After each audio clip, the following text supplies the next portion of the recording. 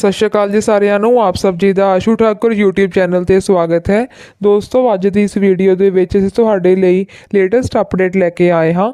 So video ਸ਼ੁਰੂ ਕਰਨ ਤੋਂ ਪਹਿਲਾਂ ਜੋ ਵੀ ਦੋਸਤ ਇਸ ਚੈਨਲ ਤੇ ਪਹਿਲੀ ਵਾਰੀ ਆਏ ਹਨ, ਜਿਨ੍ਹਾਂ ਨੇ ਇਸ ਚੈਨਲ ਨੂੰ ਹਾਲੇ ਤੱਕ ਸਬਸਕ੍ਰਾਈਬ ਨਹੀਂ ਕੀਤਾ ਹੈ, ਤਾਂ ਹਰ ਇੱਕ ਲੇਟੈਸਟ ਅਪਡੇਟ ਲੈਣ ਦੇ ਲਈ ਇਸ ਚੈਨਲ ਨੂੰ ਸਬਸਕ੍ਰਾਈਬ ਜ਼ਰੂਰ ਕਰਨਾ ਜੀ, ਅਤੇ ਇਸ ਵੀਡੀਓ ਨੂੰ ਵੱਧ ਤੋਂ ਵੱਧ ਸਭ ਦੇ ਨਾਲ ਸ਼ੇਅਰ ਵੀ ਜ਼ਰੂਰ ਕਰਨਾ, ਤਾਂ ਜੋ ਇਹ ਜਾਣਕਾਰੀ ਹਰ ਇੱਕ ਤੱਕ ਪਹੁੰਚ ਸਕੇ। ਸੋ ਆਓ ਦੋਸਤੋ, ਹੁਣ ਅਸੀਂ ਆਪਣੀ ਅੱਜ ਦੀ ਇਸ ਵੀਡੀਓ ਨੂੰ शुरू करते हाँ। देख लो, मैं तो कर दांगा, उन्होंने तकलीफ हो जाए।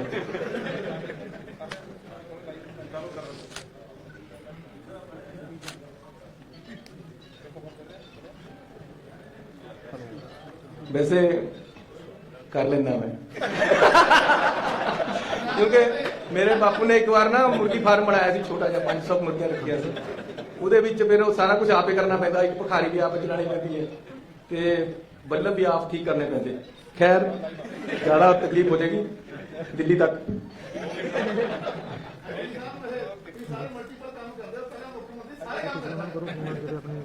बहुत धन्यवाद ਤੁਹਾਡਾ। ਤੁਹਾਡੇ ਚੰਨੀ ਜੀ ਇਹਦੇ ਚ ਸਿਰਫ ਇਹ ਹੈ ਵੀ ਇਹ ਇਨਸਪੀਰੇਸ਼ਨ, ਤੁਹਾਡਾ ਇਨਸਪੀਰੇਟਰ ਕੌਣ ਹੈ, ਵੀ ਕਿਹਨ ਤੋਂ ਇਨਸਪਾਇਰ ਹੁੰਦੇ ਹੋ? ਇੱਕ ਪੱਤਰਕਾਰ ਹੈ ਤਰਲੋਚਨ ਸਿੰਘ। अजय नहीं, इसका मतलब ये भी सारा काम आप करता है? अजय मैं कुछ भी नहीं सी, कोई सोच भी नहीं सी। एक बार गवर्नर साहब ने मिलने गए बाहर, तो लोचन सिंह ते थोड़े 2-3 पत्रकार गल्लां कर रहे सी कि चन्नी सीएम का कैंडीडेट हो सकता, जब मैं मंत्री का कैंडीडेट भी नहीं सी। इस करके कहा, मैं उन्होंने नाम लिया कि इन्हों की सोच बहुत अगे तक चली जाती है, और उन्हें जीव का ध्यान रखे, जो कहते सच हो जाता। सो थोड़ा सारिਆਂ ਦਾ बहुत बहुत स्वागत है। सब तो पहला आप सारिਆਂ ਨੂੰ, पूरे पंजाब च वसदे पंजाबियों ਨੂੰ नवे साल की लख लख बधाई होवे। ते मैं कामना करना, मेरी अरदास है, मैं गुरुद्वारा साहब विच भी कीती कि पंजाब तरक्कियां ते जावे, पंजाब की शान होर उच्ची होवे, पंजाबियों के घरां दे विच सुख शांति उन्नति तरक्की आवे। सो तुहानूं सारिਆਂ ਨੂੰ बहुत बहुत शुभकामनावां, पंजाब ते पंजाबियों ਨੂੰ बहुत बहुत शुभकामनावां। सत श्री अकाल जी, तुहाडा बड़ा धन्नवाद। तुसी सर तुहानूं कह रहा, दीवाना जी तुहानूं कह रहा, तुहानूं सलाम है। बहुत लंबी पत्रकारी तुसी कीती, तुसी भी अज आए, तुहाडा बड़ा धन्नवाद। तुसी देखिआ कि असीं 100 दिनां दे विच जो डिसीजन लए है, वो पंजाब के लोगों वालों उन्होंने सराहाया गया है, क्योंकि ये आम लोगों के हित के डिसीजन है। आम लोगों दी जरूरतां पूरीआं कीतियां जा रही हैं, रसोई किवें चलनी है, वो मसले हल किए गए हैं। आम लोग, चाहे मिडिल क्लास है, चाहे गरीब है, चाहे किसान है, चाहे दुकानदार है, चाहे व्यापारी है, चाहे इंडस्ट्रीलिस्ट है, उन्होंने सारिਆਂ ਦੇ मसले जो लमक रहे सी, उन्होंने असीं सही किया है। क्योंकि जो अपने जीवन दे विच मैं गरीबी और मिडिल क्लास दे विच हंडाया, जो मुश्किलां आम लोगों को आउंदियां, असीं उन्हां मुश्किलां दा हल कर रहे हैं। बिजली दे समझौते जिहड़े पिछली सरकारां ने बिजली बनाउण वालियां दे हक विच कीते होए सी, उन्हां नूं असीं रद्द कीता। आम लोगों को बिजली दे बिल दे के पिछे कुछ बचदा नहीं सी, लंबे लंबे बिल घरां दे विच आए हुए सी। 2 किलोवाट तक दे 51 लाख परिवार है जिन्हां दे असीं बिजली दे पुराने सारे बकाए माफ कीते, और उन्हां दे बिलां दे विच लिख के आ गया कि तुहाडा पुराना बकाया पंजाब सरकार ने पे कर दिता है, हुण तुहाडा बकाया 0 है, तुहानूं कोई देण दी लोड़ नहीं। 20 लाख परिवारां नूं फायदा होया है। इसे तरह पानी दीयां टैंकियां, पिंडां दे पानी, पंचायतां दीयां जिहड़ियां टैंकियां लगियां होईयां जिहदे नाल पिंड नूं पानी आउंदा, उहदे बिल नहीं सी दित्ते जा रहे। ऐसी पूरे पंजाब दे पानी दीयां टैंकियां दे शहरां दे भी ते पिंडां दे भी बिल दे दित्ते है। हुण अगे नूं भी पानी दी जिहड़ी पिंड दी टैंकी है, उहदे विच जिहड़ी मोटर लगी हुई है, उहदा बिल पिंडां दे विच नहीं जाना, पुराना बकाया माफ कर दित्ता है। इसी तरह शहरां दे विच अगे नूं बिल नहीं जाना, पुराना बकाया माफ कर दित्ता है। ਇਹਦੇ ਨਾਲ 1168 ਕਰੋੜ ਰੁਪਇਆ ਪਿੰਡਾਂ ਦਾ ਮਾਫ ਹੋਇਆ, 700 ਕਰੋੜ ਰੁਪਇਆ ਸ਼ਹਿਰਾਂ ਦਾ ਮਾਫ ਹੋਇਆ, ਤੇ ਫਲੈਟ ਰੇਟ ਪਾਣੀ ਦਾ ਜਿਹੜਾ ਕਿ ਪਿੰਡਾਂ ਦੇ ਵਿੱਚ 160 ਰੁਪਇਆ ਸੀ ਪਹਿਲਾਂ, ਤੇ ਸ਼ਹਿਰਾਂ ਦੇ ਵਿੱਚ 105 ਤੋਂ ਲੈ ਕੇ 250 ਰੁਪਏ ਸੀ, ਅਸੀਂ ਫਲੈਟ ਰੇਟ 50 ਰੁਪਏ ਕਰ ਦਿੱਤਾ ਹੈ। ਸਾਰੀਆਂ ਨੌਕਰੀਆਂ ਦੇ ਵਿੱਚ 10 ਜੇ ਕਿਸੇ ਨੇ ਪੰਜਾਬ 'ਚ ਨੌਕਰੀ ਲੈਣੀ ਹੈ, ਬਾਹਰੋਂ ਆ ਕੇ ਬਹੁਤ ਸਾਰੇ ਲੋਕ ਪੰਜਾਬ ਦੇ ਵਿੱਚ ਮੈਰਿਟ 'ਚ ਆ ਕੇ ਨੌਕਰੀਆਂ ਲੈ ਲੈਂਦੇ, ਪੰਜਾਬੀਆਂ ਨੂੰ ਨਹੀਂ ਮਿਲਦੀਆਂ। ਇਹ ਮਸਲੇ ਦਾ ਹੱਲ ਅਸੀਂ ਇਸ ਤਰ੍ਹਾਂ ਕੀਤਾ ਕਿ 10ਵੀਂ ਤੱਕ ਪੰਜਾਬੀ ਪਹਿਲਾਂ ਪਾਸ ਹੋਈ ਵੀ ਹੋਣੀ ਚਾਹੀਦੀ ਹੈ, ਤਾਂ ਪੰਜਾਬ ਦੇ ਵਿੱਚ ਬੰਦਾ ਨੌਕਰੀ ਕਰ ਸਕਦਾ ਹੈ। ਹੁਣ ਬਾਹਰ ਦੇ ਬੰਦੇ ਆ ਕੇ ਨਹੀਂ ਨੌਕਰੀ ਲੈ ਸਕਦੇ, ਕਿਉਂਕਿ ਸਿੱਧਾ ਇਹ ਕਾਨੂੰਨ ਪਾਸ ਕਰਨਾ ਔਖਾ ਸੀ, ਕਾਨੂੰਨ ਜਿਹੜਾ ਕਨਸਟੀਟਿਊਸ਼ਨ ਦੇ ਉਲਟ ਜਾਂਦਾ ਸੀ। ਪੰਜਾਬ ਦੇ ਵਿੱਚ ਮਹਾਨ ਸ਼ਖਸੀਅਤਾਂ ਦੇ ਨਾਮ ਤੇ ਜਿਨ੍ਹਾਂ ਦੇ ਪਹਿਲਾਂ ਚੇਅਰਸ ਨਹੀਂ ਸੀ, ਉਹਨਾਂ ਦੀ ਸਟੱਡੀ ਨੂੰ ਅਧਿਐਨ ਕਰਨ ਵਾਸਤੇ ਉਹਦੇ ਵਾਸਤੇ ਅਸੀਂ ਚੇਅਰ ਸਥਾਪਿਤ ਕੀਤੀਆਂ। ਭਾਈ ਜੇਤਾ ਜੀ ਦੇ ਲਈ, ਪਰਸ਼ੂਰਾਮ ਜੀ ਦੇ ਲਈ, ਗੁਰੂ ਰਵਿਦਾਸ ਜੀ ਦੇ ਲਈ, ਭਗਵਾਨ ਵਾਲਮੀਕ ਜੀ ਦੇ ਲਈ, ਸੰਤ ਕਬੀਰ ਜੀ ਦੇ ਲਈ, ਮੱਖਣ ਸ਼ਾਹ ਲਵਾਣਾ ਜੀ ਦੇ ਲਈ ਤੇ ਭਗਵਾਨ ਪਰਸ਼ੂਰਾਮ ਜੀ ਦੇ ਫਗਵਾੜੇ ਦੇ ਮੰਦਿਰ ਦੇ ਵਿੱਚ 10 ਕਰੋੜ ਰੁਪਏ ਦੀ ਲਾਗਤ ਦੇ ਨਾਲ ਉੱਥੇ ਅਸੀਂ ਉਸਾਰੀ ਸ਼ੁਰੂ ਕਰਾਈ ਹੈ। ਰਾਮਾਇਣ, ਭਗਵਦ ਗੀਤਾ, ਮਹਾਭਾਰਤ ਦੇ ਉੱਤੇ ਅਧਿਐਨ ਸੈਂਟਰ ਪਟਿਆਲੇ ਦੇ ਵਿੱਚ ਅਸੀਂ ਖੋਲ ਰਹੇ ਹਾਂ। ਉੱਥੇ ਜਗ੍ਹਾ ਅਲਾਟ ਕਰ ਦਿੱਤੀ ਹੈ, ਪੈਸੇ ਅਲਾਟ ਕਰ ਦਿੱਤੇ ਗਏ ਹੈ ਤੇ ਉਸ ਦਾ ਕੰਮ ਸ਼ੁਰੂ ਹੋ ਗਿਆ ਹੈ। ਰੇਤਾ 22 ਰੁਪਏ ਤੱਕ ਵਿਕਦਾ ਸੀ ਦਰਿਆ ਦੇ ਉੱਤੇ। ਇੱਥੇ ਕਨਫਿਊਜ਼ਨ ਹੈ, ਕਈ ਵਾਰ ਕਈਆਂ ਨੂੰ ਇਹ ਹੋ ਜਾਂਦਾ ਕਿ ਸ਼ਾਇਦ ਘਰ 5.5 ਰੁਪਏ ਮਿਲਣਾ ਹੈ, ਲੇਕਿਨ ਅਸੀਂ 5.5 ਰੁਪਏ ਖੱਡ ਦਾ ਰੇਟ ਕਰ ਦਿੱਤਾ ਹੈ। ਨਾਲ ਇਹ ਵੀ ਕਹਿ ਦਿੱਤਾ ਹੈ ਕਿ ਕੋਈ ਜੇ 5.5 ਤੋਂ ਜ਼ਿਆਦਾ ਵੇਚਦਾ ਹੈ ਉਹਦੀ ਵੀਡੀਓ ਪਾਓ, ਵੀਡੀਓ ਬਣਾਉਣ ਵਾਲੇ ਨੂੰ 25,000 ਰੁਪਏ ਇਨਾਮ ਦਿੱਤਾ ਜਾਏਗਾ ਤੇ ਜਿਹੜਾ ਵੇਚਦਾ ਹੈ ਉਹਨੂੰ ਫੜ ਕੇ ਅੰਦਰ ਦਿੱਤਾ ਜਾਏਗਾ। ਇਸੇ ਤਰ੍ਹਾਂ ਗੁਲਾਬੀ ਸੁੰਡੀ ਦਾ ਤੇ ਹੋਰ ਵੀ ਖਰਾਬਾ ਜਿਹੜਾ ਹੋਇਆ ਹੈ, ਪਹਿਲਾਂ 12,000 ਰੁਪਏ ਮਿਲਦਾ ਹੁੰਦਾ ਸੀ, ਹੁਣ ਅਸੀਂ 17,000 ਰੁਪਏ ਕਰ ਦਿੱਤਾ ਹੈ ਮੁਆਵਜ਼ਾ 1 ਕਿੱਲੇ ਦੇ ਮਗਰ, ਤੇ ਪੈਸੇ ਅਸੀਂ ਭੇਜ ਦਿੱਤੇ ਹੈ, ਡਿਸਪਰਸ ਹੋਣੇ ਸ਼ੁਰੂ ਹੋ ਰਹੇ। ਠੇਕੇ ਤੇ ਰੱਖੇ ਮੁਲਾਜ਼ਮਾਂ ਨੂੰ 36,000 ਨੂੰ ਅਸੀਂ ਕਾਨੂੰਨ ਬਣਾ ਕੇ ਪੱਕਾ ਕੀਤਾ ਹੈ, ਲੇਕਿਨ ਗਵਰਨਰ ਸਾਹਿਬ ਵੱਲੋਂ ਰਾਜਨੀਤਿਕ ਕਾਰਨਾਂ ਕਰਕੇ ਫਾਈਲ ਨੂੰ ਰੋਕਿਆ ਹੋਇਆ ਹੈ। ਸਾਡੇ ਚੀਫ ਸੈਕਟਰੀ ਸਾਹਿਬ 2 ਵਾਰ ਜਾ ਕੇ ਆਏ ਹੈ, ਮੈਂ ਮੰਤਰੀਆਂ ਨੂੰ ਨਾਲ ਲੈ ਕੇ ਜਾ ਕੇ ਆਇਆ ਕਿ ਫਾਈਲ ਨੂੰ ਕਲੀਅਰ ਕਰੋ, ਲੇਕਿਨ ਉਹਨਾਂ ਵੱਲੋਂ ਅਜੇ ਤੱਕ ਕੀਤੀ ਨਹੀਂ। ਹੁਣ ਅਸੀਂ ਸੋਮਵਾਰ ਨੂੰ ਉਹਨਾਂ ਨੂੰ ਫੇਰ ਮਿਲਣ ਜਾ ਰਹੇ, ਸਾਰੇ ਕੈਬਨਿਟ ਦੇ ਮੰਤਰੀਆਂ ਦੇ ਨਾਲ ਮੈਂ ਆਪ ਜਾ ਰਿਹਾ, ਲੇਕਿਨ ਜੇ ਨਹੀਂ ਕਰਨਗੇ ਤਾਂ ਇਹ ਰਾਜਨੀਤੀ ਹੈ। ਐਸੀ ਧਰਨਾ ਵੀ ਦੇਣਾ ਪਿਆ ਤਾਂ ਧਰਨਾ ਦੇ ਸਕਦੇ ਹਾਂ, ਲੇਕਿਨ ਅਸੀਂ ਮੁਲਾਜ਼ਮ ਪੱਕੇ ਕਰਨੇ ਹੈ। ਸਾਡਾ ਕਾਨੂੰਨ ਬਣਿਆ ਹੋਇਆ ਹੈ, ਉਹਨਾਂ ਦਾ ਫਰਜ਼ ਬਣਦਾ ਹੈ ਕਿ ਟਾਈਮ ਸਿਰ ਕਾਨੂੰਨ ਜਿਹੜਾ ਬਣਿਆ ਹੋਇਆ ਉਸਦੀ ਫਾਈਲ ਨੂੰ ਕਲੀਅਰ ਕਰੇ, ਉਹ ਜਾਣ ਕੇ। ਕਿਉਂਕਿ ਪਹਿਲਾਂ ਮੈਨੂੰ ਇਹ ਸੀ ਕਿ ਸ਼ਾਇਦ ਕਿਤੇ ਬਿਜ਼ੀ ਹੈ, ਲੇਕਿਨ ਹੁਣ ਮੈਂ ਵੀ ਜਾਇਆ, ਚੀਫ ਸੈਕਟਰੀ ਵੀ ਜਾਏ, ਹੁਣ ਇਹ ਰਾਜਨੀਤੀ ਹੈ, ਕਿਉਂਕਿ ਪਿੱਛੇ ਤੋਂ ਬੀਜੇਪੀ ਦਾ ਪ੍ਰੈਸ਼ਰ ਹੈ। ਇਸ ਤਰ੍ਹਾਂ ਉਹਨਾਂ ਨੂੰ ਨਹੀਂ ਕਰਨਾ ਚਾਹੀਦਾ। 40,000 ਤੋਂ ਵੱਧ ਵੈਟ ਦੇ ਕੇਸ ਅਸੀਂ ਉਹਨਾਂ ਦੀ ਅਸੈਸਮੈਂਟ ਜਿਹੜੀ ਚੱਲ ਰਹੀ ਸੀ ਉਹ ਖਤਮ ਕਰ ਦਿੱਤੀ ਹੈ ਤੇ ਉਹਨਾਂ ਨੂੰ ਬਿਲਕੁਲ ਸੁਰਖਰੂ ਕਰ ਦਿੱਤਾ ਹੈ। ਪੈਟਰੋਲ ਤੇ ਰੇਟ 10 ਰੁਪਏ ਘੱਟ ਕੀਤੇ, ਡੀਜ਼ਲ ਦੇ ਰੇਟ 5 ਰੁਪਏ ਘੱਟ ਕੀਤੇ। ਜਿਹੜੇ ਕਹਿੰਦੇ ਆ ਕਿ ਜੀ ਫੈਸਲੇ ਐਲਾਨੇ ਹੀ ਜਾਂਦੇ, ਲਾਗੂ ਨਹੀਂ ਹੁੰਦੇ, ਉਹਨਾਂ ਨੂੰ ਮੇਰੀ ਬੇਨਤੀ ਹੈ ਕਿ ਪੈਟਰੋਲ ਪੰਪ ਪਰ ਜਾ ਕੇ ਪੈਟਰੋਲ ਪਾਉਣ, 10 ਰੁਪਏ ਸਸਤਾ ਮਿਲ ਰਿਹਾ ਹੈ, ਡੀਜ਼ਲ ਪਾਉਣ 5 ਰੁਪਏ ਸਸਤਾ ਮਿਲ ਰਿਹਾ ਹੈ, ਬਿਜਲੀ ਦੇ ਬਕਾਏ ਬਿਲਾਂ ਚੈੱਕ ਕਰ ਲੈਣ, ਅਗਲੇ ਜਿਹੜੇ ਬਿੱਲ ਆ ਰਹੇ ਉਹ ਚੈੱਕ ਕਰ ਲੈਣ। 3 ਰੁਪਏ ਰੇਟ ਘਟ ਕੇ ਆ ਰਹੇ ਬਿਜਲੀ ਦੇ। ਕਾਰਨ ਇਹ ਹੈ ਕਿ ਜਿਹੜੇ ਲੋਕ ਗਰੰਟੀਆਂ ਦੇ ਰਹੇ ਸੀ, ਘਰਾਂ ਦੇ ਵਿੱਚ ਫਾਰਮ ਭਰ ਰਹੇ ਸੀ ਜਾ ਕੇ, ਉਹਨਾਂ ਦੇ ਘਰ ਪਏ ਹੀ ਗਰੰਟੀ ਕਾਰਡ ਐਕਸਪਾਇਰ ਹੋ ਗਏ ਉਹਨਾਂ ਪਾਰਟੀਆਂ ਦੇ, ਤੇ ਉਹਨਾਂ ਪਾਸ ਹੁਣ ਹੋਰ ਕੁਝ ਕਹਿਣ ਨੂੰ ਬਚਿਆ ਨਹੀਂ, ਸਿਰਫ ਇਹੀ ਕਹਿੰਦੇ ਵੀ ਇਹ ਐਲਾਨ ਕਰਦਾ, ਜਦ ਕਿ ਅਸੀਂ ਐਲਾਨ ਨਹੀਂ ਕਰਦੇ, ਲਾਗੂ ਕਰਦੇ। ਇਹ ਮੈਂ ਪੁਰਾਣੇ ਜਿਹੜੇ ਤੁਹਾਨੂੰ ਪਹਿਲਾਂ ਦੱਸ ਚੁੱਕਿਆ ਉਹਨਾਂ ਚੋਂ ਕੁਝ ਫੈਸਲੇ ਦੱਸੇ। ਹੁਣ ਮੈਂ ਨਵੇਂ ਫੈਸਲੇ ਜਿਹੜੇ ਲਾਗੂ ਕੀਤੇ ਹੈ ਉਹ ਤੁਹਾਨੂੰ ਦੱਸਣ ਜਾ ਰਿਹਾ। ਮਿਡ ਡੇ ਮੀਲ ਵਰਕਰ, ਇਹਨਾਂ ਦੀ 2200 ਰੁਪਏ ਪਹਿਲਾਂ ਮਿਲਦਾ ਸੀ ਇਹਨਾਂ ਨੂੰ, ਐਸੀ ਇਹਨਾਂ ਨੂੰ ਵਧਾ ਕੇ 3000 ਰੁਪਇਆ ਕਰ ਦਿੱਤਾ ਹੈ। ਇਹ ਲਗਭਗ 46,000 ਵਰਕਰ ਹੈ ਪੰਜਾਬ ਦੇ ਵਿੱਚ ਮਿਡ ਡੇ ਮੀਲ ਜਿਹੜੇ ਸਕੂਲਾਂ ਦੇ ਵਿੱਚ ਬਣਾਉਂਦੇ ਆ। ਗਰੀਬ ਲੋਕ ਹੈ, ਉਹਨਾਂ ਨੂੰ ਸਿਰਫ 2200 ਰੁਪਇਆ ਦਿੰਦਾ ਜਾਂਦਾ ਸੀ, ਅਸੀਂ ਇਕੱਠਾ 800 ਰੁਪਇਆ ਵਧਾ ਕੇ ਉਹਨਾਂ ਦਾ 3000 ਕਰ ਦਿੱਤਾ ਹੈ, ਨਾਲ ਨੋਟੀਫਿਕੇਸ਼ਨ ਕਰ ਦਿੱਤੀ ਹੈ।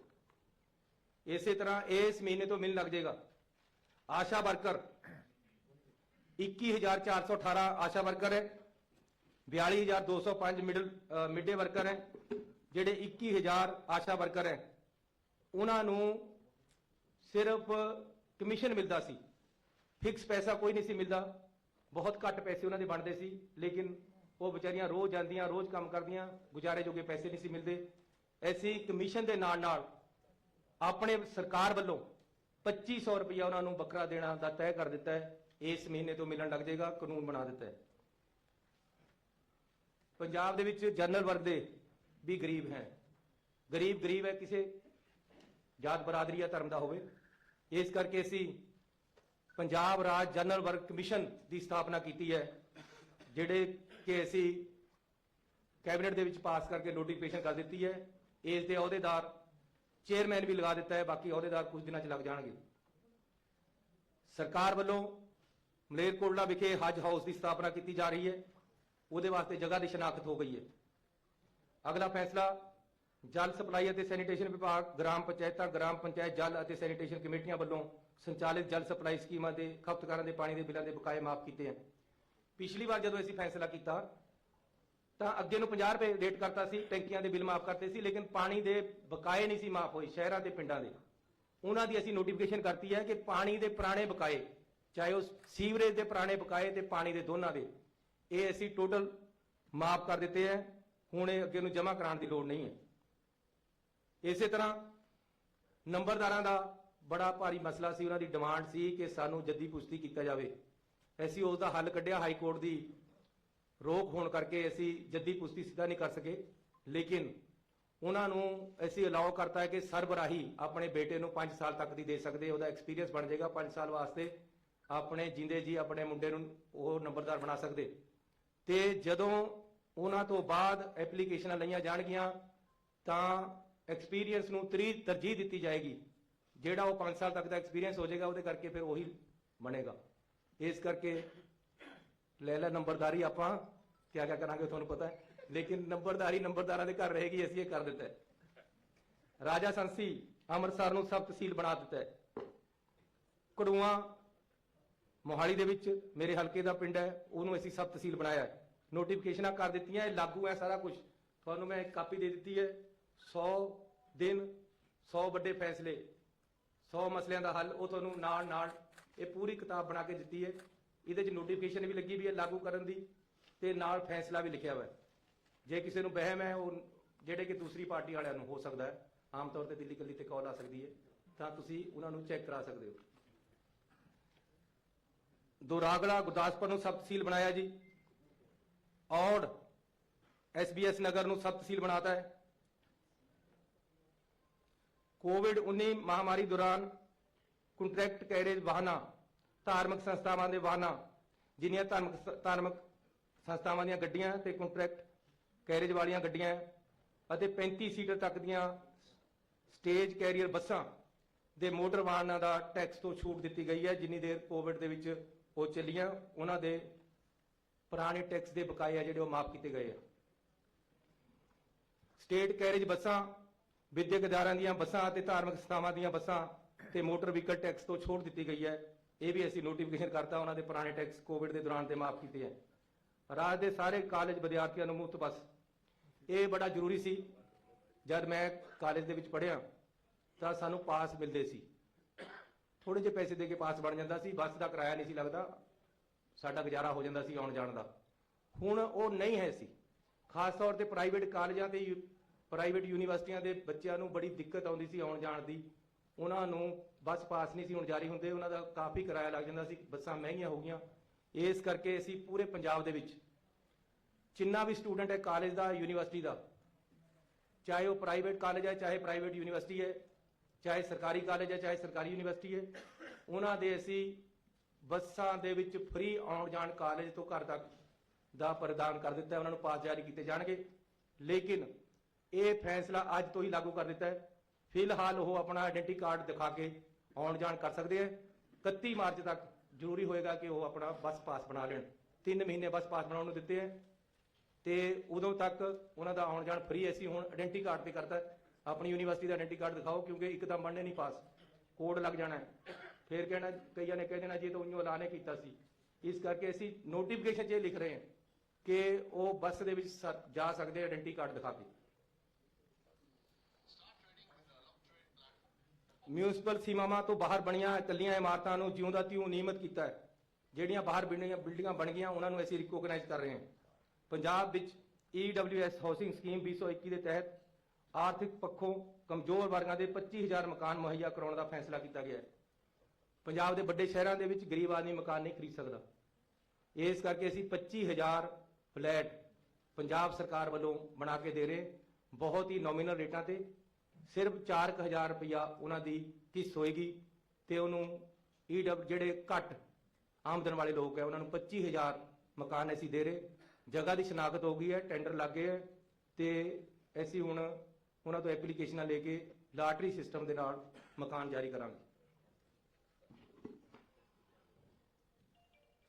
ਪੰਜਾਬ ਅਪਾਰਟਮੈਂਟ ਅਤੇ ਪ੍ਰਾਪਰਟੀ ਰੈਗੂਲੇਸ਼ਨ ਐਕਟ 1995 ਤਹਿਤ ਅਪਰਾਧਾਂ ਨੂੰ ਕੰਪਾਊਂਡ ਕਰਨ ਲਈ ਧਾਰਾ 38 ਅਧੀਨ ਸ਼ਰਤਾਂ ਤੇ ਪਾਬੰਦੀਆਂ ਨੂੰ ਦਰਸਾਉਂਦੇ ਨਿਯਮ ਸ਼ਾਮਲ ਕੀਤੇ ਹੈ। ਇਹ ਜਿਹੜਾ ਸਾਡਾ ਪੁੱਡਾ ਹੈ ਉਹਦੇ ਵਿੱਚ ਰਿਲੈਕਸੇਸ਼ਨਾਂ ਦਿੱਤੀਆਂ ਗਈਆਂ ਤੇ ਰਾਜ ਵਿੱਚ ਡਿਵੈਲਪਰਾਂ ਨੂੰ ਵਿਆਜ ਵਿੱਚ ਰਾਹਤ 10% ਤੋਂ ਸੁਧਾਰਨ ਵਿਆਜ ਦਰ ਅਤੇ 3% ਵਾਧੂ ਜੁਰਮਾਨਾ ਵਿਆਜ ਦਰ ਘਟਾ ਕੇ 8.5% ਕਰ ਦਿੱਤੀ ਗਈ ਹੈ। ਇਹ ਵੀ ਪੁੱਡਾ ਨਾਲ ਰਿਲੇਟਡ ਹੈ। ਜਿਹੜੇ ਉਹਨਾਂ ਦੇ ਵਿਆਜ ਦਿੰਦੇ ਸੀ ਉਹ ਅਸੀਂ ਵਿਆਜ ਘੱਟ ਕੀਤੇ ਹੈ। ਰਾਜ ਵਿੱਚ ਡਿਵੈਲਪਰਾਂ ਨੂੰ ਵਿਆਜ ਵਿੱਚ ਰਾਹਤ ਨਵੇਂ ਪ੍ਰੋਜੈਕਟਾਂ ਲਈ ਵਿਆਜ ਦਰ 10% ਤੋਂ ਘਟਾ ਕੇ 7.5% ਕਰ ਦਿੱਤੀ ਹੈ। ਇਹ ਵੀ ਪੁੱਡਾ ਦਾ ਹੈ। ਅਰਬਨ ਸਟੇਟ ਫੇਜ਼ 2 ਅਤੇ 3 ਬਠਿੰਡਾ ਵਿਖੇ BDA ਜ਼ਮੀਨ ਦੇ ਮੌਜੂਦਾ ਕਬਜ਼ਕਾਰਾਂ ਨੂੰ ਜਿਉਂ ਦਾ ਤਿਉਂ ਦੇ ਆਧਾਰ ਤੇ ਐਡਜਸਟ ਕੀਤਾ ਜਾ ਰਿਹਾ ਹੈ। ਇਹ ਵੀ ਪੁੱਡਾ ਵੱਲੋਂ ਅਸੀਂ ਕਰ ਰਹੇ ਹਾਂ। ਸਾਰਾਗੜ੍ਹੀ ਦੇ ਬਹਾਦਰ ਸ਼ਹੀਦ ਹਵਾਲਦਾਰ ਸਰਦਾਰ ਈਸ਼ਰ ਸਿੰਘ ਦੇ ਨਾਮ ਤੇ ਪਿੰਡ ਝੋਰੜਾ ਲੁਧਿਆਣਾ ਵਿਖੇ ਨਵੇਂ ਹਸਪਤਾਲ ਦੀ ਸਥਾਪਨਾ ਕੀਤੀ ਜਾ ਰਹੀ ਹੈ। ਇਹਦੀ ਨੋਟੀਫਿਕੇਸ਼ਨ ਕਰ ਦਿੱਤੀ ਹੈ। ਜਗ੍ਹਾ ਦੀ ਸ਼ਨਾਖਤ ਹੋ ਗਈ ਹੈ। ਜਨਤਕ ਸਿਹਤ ਸੇਵਾਵਾਂ ਲਈ ਪੰਜਾਬ ਦੇ 13 ਕਮਿਊਨਿਟੀ ਹੈਲਥ ਸੈਂਟਰਾਂ ਨੂੰ ਸਬ ਡਿਵੀਜ਼ਨਲ ਹਸਪਤਾਲਾਂ ਵਿੱਚ ਅਪਗ੍ਰੇਡ ਕੀਤਾ ਗਿਆ ਹੈ। ਇਹਨਾਂ ਦੇ 13 ਦੇ ਵਿੱਚ ਅਸੀਂ ਨਾਮ ਦੇ ਦਿੱਤੇ ਹੈ। 13 ਹਸਪਤਾਲ ਅਪਗ੍ਰੇਡ ਕਰ ਦਿੱਤੇ ਹੈ। ਜਨਤਕ ਸਿਹਤ ਸੇਵਾਵਾਂ ਲਈ ਪੰਜਾਬ ਦੇ 9 PHC ਨੂੰ ਕਮਿਊਨਿਟੀ ਸੈਂਟਰ ਹੈਲਥ ਸੈਂਟਰ, ਡਿਸਪੈਂਸਰੀਆਂ ਨੂੰ ਕਮਿਊਨਿਟੀ ਹੈਲਥ ਸੈਂਟਰ 9 ਨੂੰ ਬਣਾਇਆ ਗਿਆ ਹੈ ਤੇ ਕਮਿਊਨਿਟੀ ਹੈਲਥ ਸੈਂਟਰਾਂ ਨੂੰ ਸਬ ਡਿਵੀਜ਼ਨ ਜਿਹੜੇ ਹਸਪਤਾਲ ਹੈ ਉਹ ਅਸੀਂ ਅਪਗ੍ਰੇਡ ਕੀਤੇ ਹੈ। ਜਿਵੇਂ ਮੇਰੇ ਚਮਕੌਰ ਸਾਹਿਬ ਹੈ ਉੱਥੇ ਅਸੀਂ 9 ਕਰੋੜ ਰੁਪਇਆ ਲਾ ਕੇ ਹਸਪਤਾਲ ਨੂੰ ਅਪਗ੍ਰੇਡ ਕਰ ਰਹੇ। ਇਸੇ ਤਰ੍ਹਾਂ 13 ਕੀਤੇ ਹੈ ਤੇ 9 CHC ਨੂੰ ਕੀਤਾ ਹੈ। ਜਨਤਕ ਸਿਹਤ ਸੇਵਾਵਾਂ ਲਈ 7 ਪੇਂਡੂ ਹਸਪਤਾਲਾਂ ਨੂੰ, ਜਿਹੜੇ ਛੋਟੇ ਹਸਪਤਾਲ ਹੈ ਉਹਨਾਂ ਨੂੰ PHC ਬਣਾਇਆ, ਉਹ 7 ਹੈ।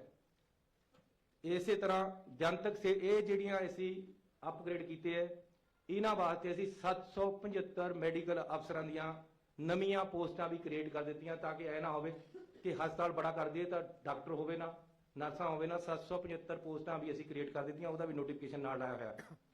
ਇੱਕ ਮੇਰਾ ਡ੍ਰੀਮ ਪ੍ਰੋਜੈਕਟ ਹੈ, ਕੈਪਟਨ ਅਮਰਿੰਦਰ ਸਿੰਘ ਜੀ ਨੇ ਸ਼ੁਰੂ ਕੀਤਾ ਸੀ 2006 ਦੇ ਵਿੱਚ ਚਮਕੌਰ ਸਾਹਿਬ ਦੇ ਵਿੱਚ ਥੀਮ ਪਾਰਕ। ਇਹ ਬਹੁਤ ਹੀ ਵਧੀਆ ਤਰੀਕੇ ਦੇ ਨਾਲ ਅਸੀਂ ਉੱਥੇ ਪੂਰੇ ਸਿੱਖ ਇਤਿਹਾਸ ਨੂੰ ਫਿਲਮਾਇਆ। ਮੈਂ ਆਪ ਸਾਰੇ ਪੱਤਰਕਾਰ ਸਾਹਿਬਾਨਾਂ ਨੂੰ ਵੀ ਬੇਨਤੀ ਕਰਾਂਗਾ ਕਿ ਤੁਸੀਂ ਇਸ ਨੂੰ ਇੱਕ ਵਾਰ ਜ਼ਰੂਰ ਦੇਖ ਕੇ ਆਓ।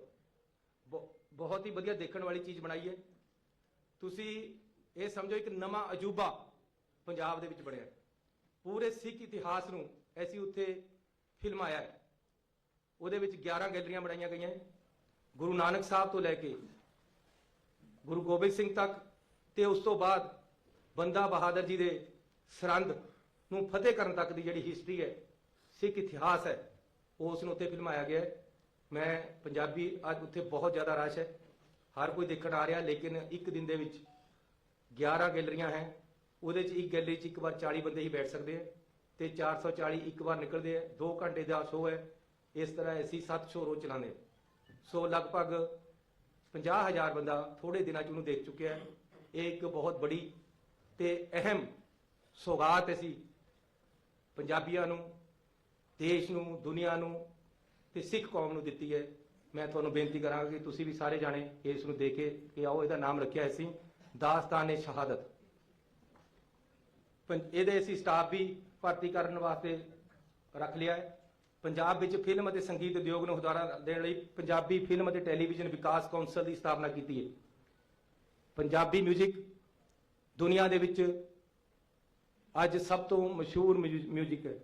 ਬਾਲੀਵੁੱਡ ਦੀਆਂ ਫਿਲਮਾਂ ਵੀ ਪੰਜਾਬੀ ਮਿਊਜ਼ਿਕ ਤੋਂ ਬਿਨਾਂ ਨਹੀਂ ਚੱਲਦੀਆਂ। ਪੰਜਾਬੀ ਫਿਲਮਾਂ ਨੇ ਬਹੁਤ ਨਾਮਣਾ ਖੱਟਿਆ ਹੈ ਤੇ ਬਹੁਤ ਤਰੱਕੀ ਕੀਤੀ ਹੈ। ਪੰਜਾਬੀ ਮਿਊਜ਼ਿਕ ਨੇ ਵੀ ਕੀਤੀ ਹੈ। ਇਸ ਲਈ ਅਸੀਂ ਪੰਜਾਬ ਦੇ ਵਿੱਚ ਪੰਜਾਬੀ ਫਿਲਮ ਅਤੇ ਟੈਲੀਵਿਜ਼ਨ ਵਿਕਾਸ ਕੌਂਸਲ ਬਣਾਈ ਹੈ। ਇਹਦੀ ਸਥਾਪਨਾ ਹੋ ਗਈ ਹੈ। ਇਹਦੇ ਅਹੁਦੇਦਾਰ ਅਸੀਂ 1-2 ਦਿਨਾਂ ਚ ਲਾ ਲਾਂਗੇ। ਜਿਸ ਤਰੀਕੇ ਦੇ ਨਾਲ ਭਗਵਦ ਗੀਤਾ ਤੇ ਰਮਾਇਣ ਤੇ ਅਧਿਐਨ ਸੈਂਟਰ ਬਣਾਇਆ ਗਿਆ, ਉਸੇ ਤਰ੍ਹਾਂ ਸ੍ਰੀ ਗੁਰੂ ਰਵਿਦਾਸ ਬਾਣੀ ਅਧਿਐਨ ਸੈਂਟਰ ਕਮੇਟੀ ਬਣਾ ਕੇ ਡੇਰਾ ਸੱਚ ਬੱਲਾ ਵਿਖੇ, ਜਲੰਧਰ ਵਿਖੇ ਗੁਰੂ ਰਵਿਦਾਸ ਦੀ ਬਾਣੀ ਦਾ ਅਧਿਐਨ ਸੈਂਟਰ ਅਸੀਂ ਬਣਾ ਰਹੇ ਹਾਂ। ਉਹਦੀ ਕਮੇਟੀ ਬਣਾ ਦਿੱਤੀ ਹੈ।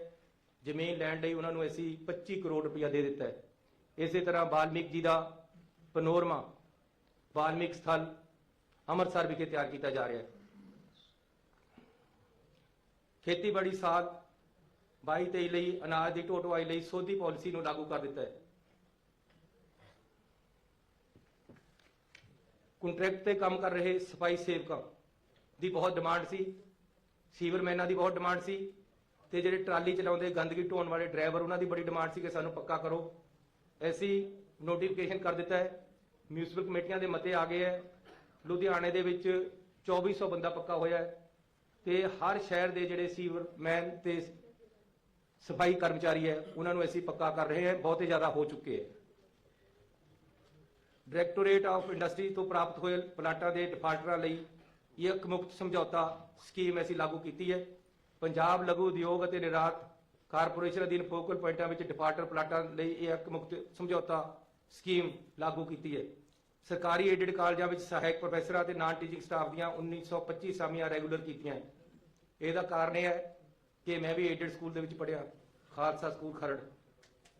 ਕਿਤੇ ਐ ਨਾ ਉਹ ਕਹਿ ਦੇਣ ਯਾਰ ਇਹ ਹੁਣ ਇੱਥੇ ਵੀ ਪੜ੍ਹਿਆ ਇਹ ਵੀ ਹੋ ਜਾਏਗਾ।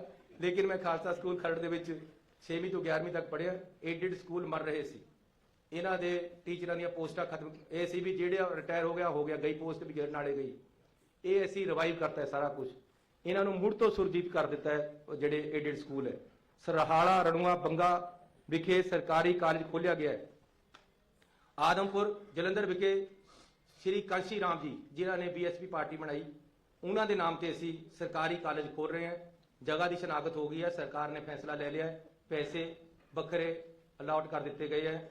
ਸ਼੍ਰੀ ਕਾਂਸ਼ੀ ਰਾਮ ਸਰਕਾਰੀ ਕਾਲਜ ਆਦਮਪੁਰ। ਸਾਰੇ ਪ੍ਰਾਈਵੇਟ ਏਡਡ ਸਕੂਲਾਂ ਅਤੇ ਕਾਲਜਾਂ ਲਈ 6ਵਾਂ ਪੇ ਕਮਿਸ਼ਨ ਲਾਗੂ ਕੀਤਾ ਹੈ।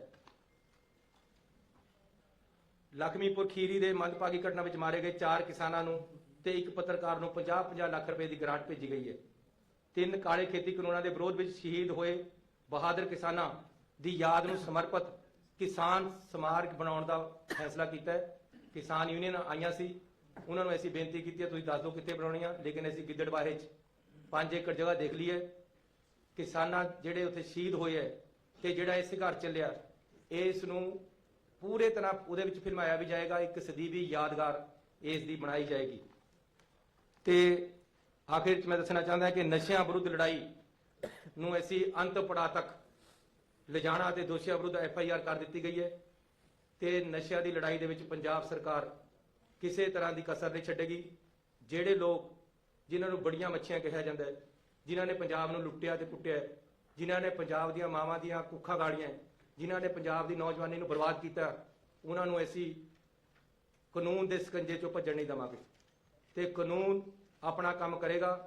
ਕਿਸੇ ਨਾਲ ਦਰੈਂਤ ਲਾਗਬਾਜੀ ਜਾਂ ਰਾਜਨੀਤੀ ਨਹੀਂ ਕੀਤੀ ਜਾਏਗੀ। ਜਿਹੜਾ ਇਹਨਾਂ ਕੰਮਾਂ 'ਚ ਹੈ ਉਸ ਨੂੰ ਬਖਸ਼ਿਆ ਨਹੀਂ ਜਾਏਗਾ।